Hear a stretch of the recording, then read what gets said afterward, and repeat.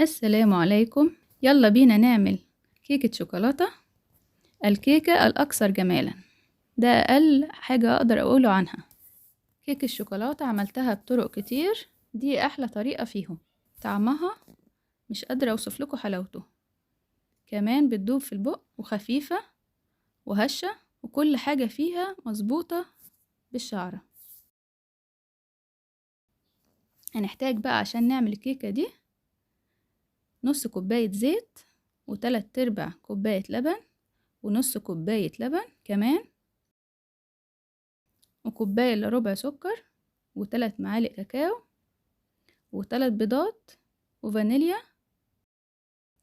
وكوباية ونص دقيق، وكيس بيكنج باودر.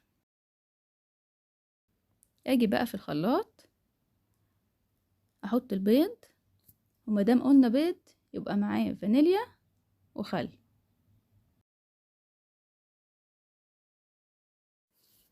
معلقة خل، 3/4 كوباية سكر، و3/4 كوباية لبن، ونص كوباية زيت، واضربهم لمدة 5 دقايق. لازم اضربهم كويس جدا واتأكد ان السكر داب.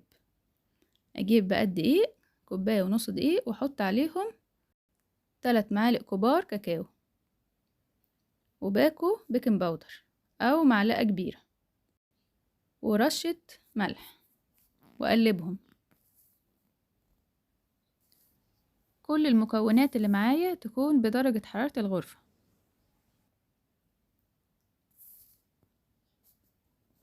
انزل بقى عليهم بكل المكونات اللي احنا ضربناها،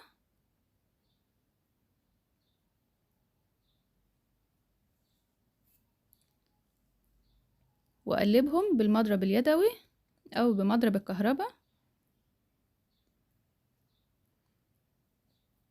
اقلب في اتجاه واحد، اي كيك لازم نقلبه في اتجاه واحد، مش ينفع نقلب في اتجاه وبعد كده نقلب في اتجاه تاني، كده الكيكة هتبوظ والهواء هيخرج منها.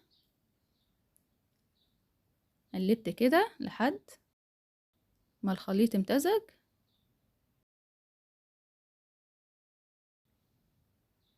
انا عايزاه يبقى في السمك والقوام ده. اجيب بقى صينية مقاس 26، ادهنها بالزيت، وانزل فيها بالخليط بتاع الكيكة. احطه بقى في فرن اكون مسخناه قبلها ب5 دقايق على درجة حرارة 180 على الرف اللي في النص. ما ينفعش افتح باب الفرن والكيكة بتستوي كده، كيكة هتبوظ. اخبط بقى الصينية كده خبطتين. بعد 25 دقيقة اختبر الكيكة بعود خلة او بطرف سكينة، احطهم في نص الصينية، لو طلعت نظيفة يبقى كده الكيكة استوت. خدت في الفرن تقريبا 25 دقيقة ل30 دقيقة. شايفين بقى الكيكة بعد ما طلعت من الفرن؟ سيبها بقى لحد ما تهدى خالص. يلا بقى نعمل صوص الشوكولاتة. هحتاج نص كوباية زيت، نص كوباية لبن، نص كوباية سكر، و3 معالق كاكاو، وفانيليا. الزيت واللبن والسكر قد بعض.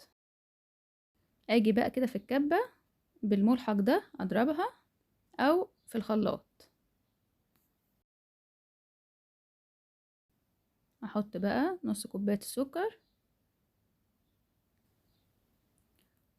و3 معالق كاكاو، نص كوباية لبن،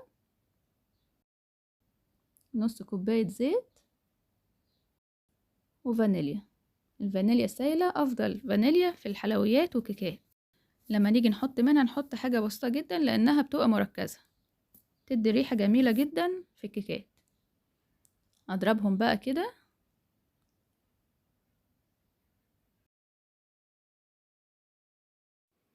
انزل بقى اللي على الجناب واضرب تاني. انا كارلا ودي قناتي كارلا في المطبخ. لو عجبكم القناة دوسوا اشتراك ولايك. كده صوص الشوكولاتة بقى جاهز. أنا عايزاه يكون في السمك ده. الكاكاو بيختلف من نوع لنوع، عشان كده لما تضربوه لو حسيتوا ان هو خفيف شوية تقدروا تزودوا معلقة وتضربوا تاني وتشوفوا السمك. ولو لقيتوه تقيل قوي هتزودوا شوية لبن، معلقتين لبن ومعلقتين زيت، وتضربوا لحد ما توصلوا للقوام ده. اجي بقى لصينية الكيكة بعود الشيش طاووق او سكينة، اخرمها بقى كلها وانزل عليها بنص كوباية اللبن اللي كانت معانا في الاول. انا حطيت نص كوباية اللبن وحسيتها ان هي محتاجة كمان فزودت لها ربع كوباية كمان، يعني هي خدت معايا كوباية الا ربع لبن، بس ما نزودش اكتر من كده. واسيبها بقى لحد ما تهدى خالص وتشرب اللبن. اجيب بقى صوص الشوكولاتة واحطه على الكيكة كده وافرده. مقادير صوص الشوكولاتة اللي احنا عملناها دي بتدينا كوباية، وهي دي اللي محتاجينها للكيكة. الكمية اللي معايا دي في الطبق دي كمية كبيرة شوية، انا كنت عاملاها عشان احفظها عندي وتبقى موجودة وجاهزة. تقدروا تعملوا صوص الشوكولاتة وتحطوه في الفريزر ويبقى جاهز معاكم وقت ما تحتاجوه تستخدموه على طول.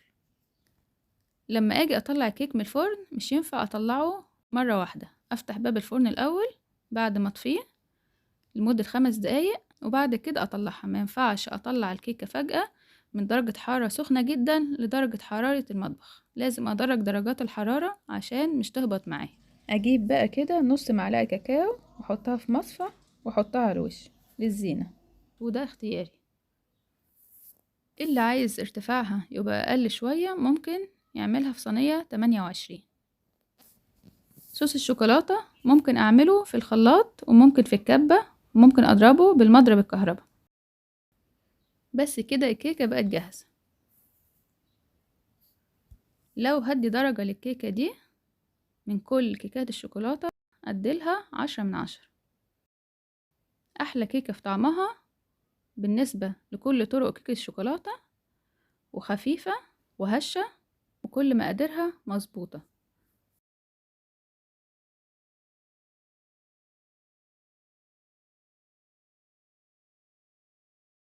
ما تنسوش وانتوا بتعملوها تصلوا على النبي.